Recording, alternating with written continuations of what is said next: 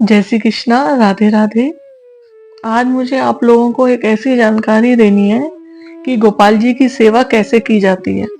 सेवा करने के नियम होते हैं, कैसे गोपाल जी की सेवा करने से उनकी कृपा पा सकते हैं। इसलिए मैंने आज इस वीडियो के माध्यम से बताने की पूरी कोशिश की है, तो इस वीडियो को आप लोग लास्ट तक जरूर देखिएगा। इस वीडियो के माध्यम से आपको पूरी जानकारी प्राप्त होगी, जिससे ठाकुर जी की कृपा आप पर सदैव बरसती रहे। कि कैसे आप ठाकुर जी के लाड़ लड़ा सकते हैं, ये पूरी जानकारी इस वीडियो में मैं आपको दूंगी। पूरा रूटीन बताऊंगी कि सुबह से रात तक कैसे गोपाल जी की सेवा की जाती है। सबसे पहले आप उठने के बाद, स्नान ध्यान करने के बाद एक बार फिर से दोबारा से शुद्ध जल से हाथ धोएं। फिर ठाकुर जी का जो मंदिर है या कक्ष या जो कमरा है उनका, जहाँ आपने ठाकुर जी विराजित कर रखे हैं, वहां जाकर ठाकुर जी के मंदिर के आगे दंडौत कीजिए। दंडौत करने के बाद ठाकुर जी का पर्दा खोलेंगे। आप मंदिर में हमेशा पर्दा लगा के रखें। जब ठाकुर जी की शयन कराएं, जब पर्दा खोल के आपने जो ठाकुर जी को उड़ाया होगा, कुछ जैसे सर्दी है तो आपने सॉफ्ट रजाई उड़ानी है, वैसे आप हल्का सा चादर उड़ा सकते हो ठाकुर जी के लिए। तो आप वो हटा के ठाकुर जी को बिठाने से पहले आप उनको आचमन कराएं। आचमन कराने के बाद ठाकुर जी को उनके सिंहासन पर बिठा दें। ठाकुर जी को बिठाने के बाद आप उनको जैसे भोग लगाएं, किशमिश का या बादाम, कोई भी भोग, आप ड्राई फ्रूट्स का भोग रख सकते हैं, भोग लगाएं। अगर आपका ये भी नहीं होता तो आप जैसे दूध, ताजा दूध जो होता है, ताजे दूध का भोग लगा सकते हैं। ये नहीं कि रात को पिया हुआ दूध है उसमें से बचा के हम ठाकुर जी को भोग लगा दें, ये बिल्कुल नहीं करना है आपको।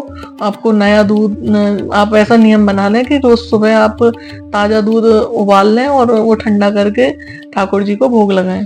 थोड़ी देर रुकने के बाद फिर आप ठाकुर जी को स्नान कराओ, ताजे पानी से स्नान कराओ। अगर आपके घर के पास यमुना जी है, गंगा जी है, तो आप सुबह जाकर गंगा जल ला सकते हो, या अगर आपको जैसे अवेलेबल है यमुना जल है तो यमुना जल से स्नान करा सकते हैं। नहीं तो घर के ताजे पानी से आप ठाकुर जी को स्नान कराएं।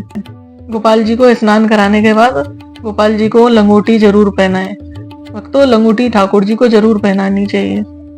गोपाल जी के स्नान के बाद का जो चरणामृत है, उसे घर के हर सदस्य को ग्रहण करना चाहिए। ये चरणामृत जरूर ग्रहण करें, और जो बचा है उसे हम तुलसी के पौधे या जो भी हमारे पौधे गमले हैं उनमें हम उसको डाल सकते हैं। ठाकुर जी को पोशाक पहनाएं। आप जैसे अगर ज्यादा नहीं हो सकता तो 4-5 तरह की पोशाक आपको अदल बदल के पहनाने के लिए ठाकुर जी के लिए इतनी व्यवस्था तो करनी चाहिए। ठाकुर जी का श्रृंगार करें, जैसी आपकी श्रद्धा है, जैसा आपका भाव है, उस भाव से आप ठाकुर जी का श्रृंगार करें। श्रृंगार के बाद फिर ठाकुर जी की आरती करें। आरती कराने के बाद फिर ठाकुर जी को आचमन कराएं और फिर ठाकुर जी का भोग लगाएं। फिर आप ठाकुर जी का सात्विक भोजन बनाकर भोग लगाएं। अगर आप भोजन नहीं बना पा रहे हैं तो आप ऐसी व्यवस्था रखें कि ठाकुर जी के सामने जल भरकर तो अवश्य रखना है, हर समय ही रखना है। और एक स्टील की, मतलब प्लास्टिक की डिब्बी का यहाँ यूज नहीं करेंगे। स्टील की एक छोटी सी डिब्बी लें जिसको बंद करके उसमें मेवा भरकर आप रख सकते हैं। फिर दोपहर में आप ठाकुर जी का पर्दा लगाकर उनका श्रृंगार थोड़ा हल्का करके आप उनकी शयन कराएं दोपहर में।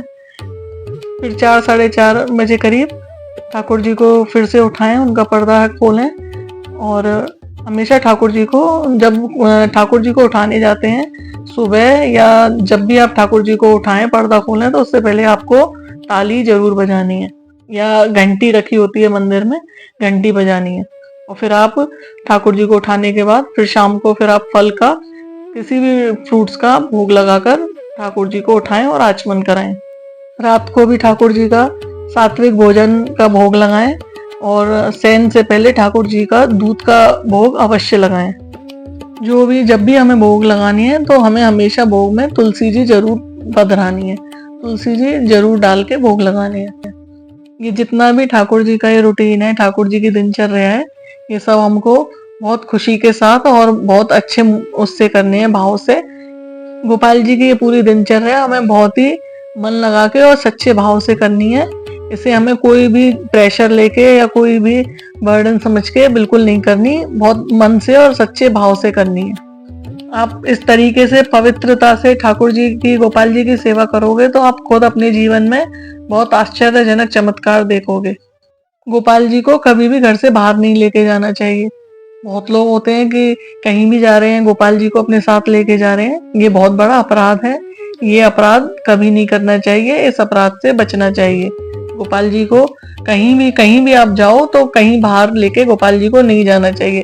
बहुत लोग होते हैं कि गोपाल जी को ऐसे खिलौने की तरह लेके घूम रहे हैं। ये भगवान है, ठाकुर जी हैं। ये हम अनजाने में बहुत अपराध कर रहे हैं, बहुत बड़ा अपराध है। ठाकुर जी को कभी कहीं नहीं लेके नहीं जाना चाहिए।